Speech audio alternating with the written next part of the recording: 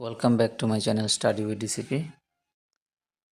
এবারে মাধ্যমিক জীবনবিজ্ঞান পরীক্ষায় তোমরা কি করবে সে সম্বন্ধে দু চারটি কথা বলছি।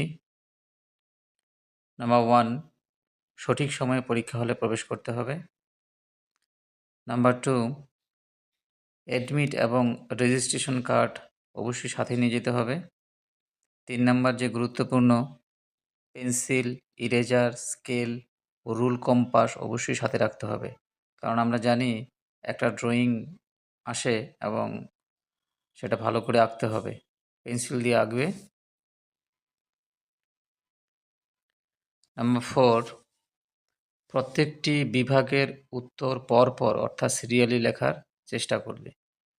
মানে ক বিভাগ এমসিকিউ আছে, প্রথমে 2টা করলাম, তারপরে 4 পাতা বাদ দিয়ে আবার আরেকটা করলাম, কিছু মাঝখানে অন্য উত্তর লিখলাম।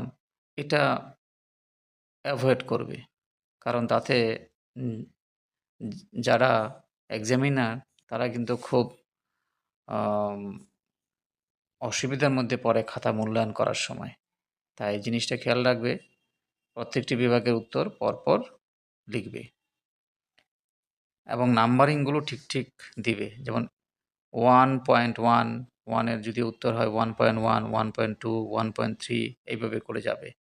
তেমনি 2-এর 2.1, 2.2, 2.3 পরপর দিবে। ঠিক আছে?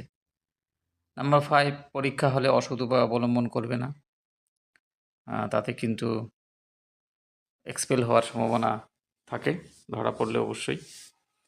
নাম্বার 6, মনকে শান্ত এবং স্থির রাখবে। তাহলে